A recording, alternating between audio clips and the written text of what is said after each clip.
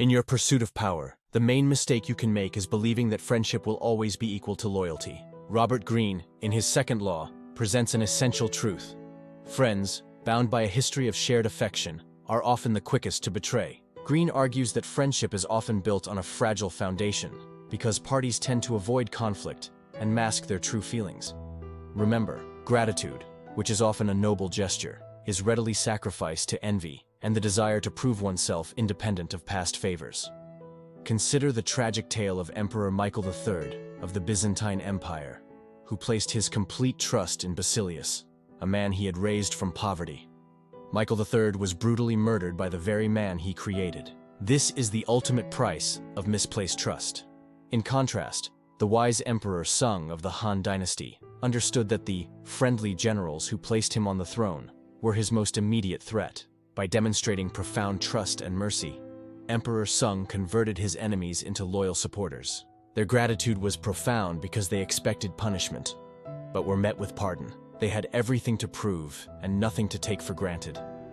This is the key. An enemy hired becomes more reliable than a friend promoted.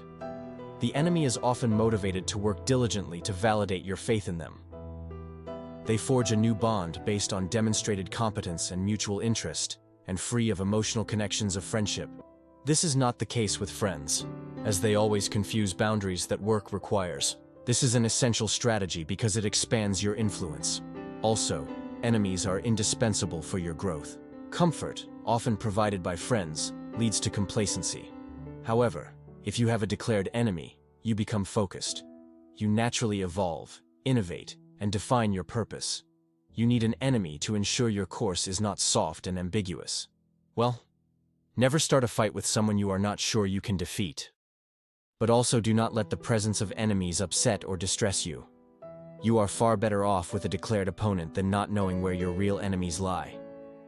Therefore, you must strategize your approach to building relationships and power. Reserve friendship for companionship and emotional support.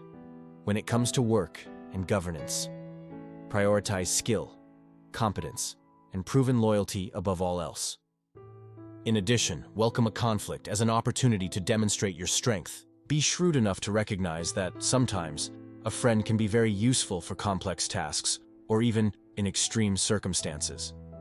Cleverly, use a friend to protect your own position. As Greene cautions, embrace this law with clarity. Always know that power requires discernment.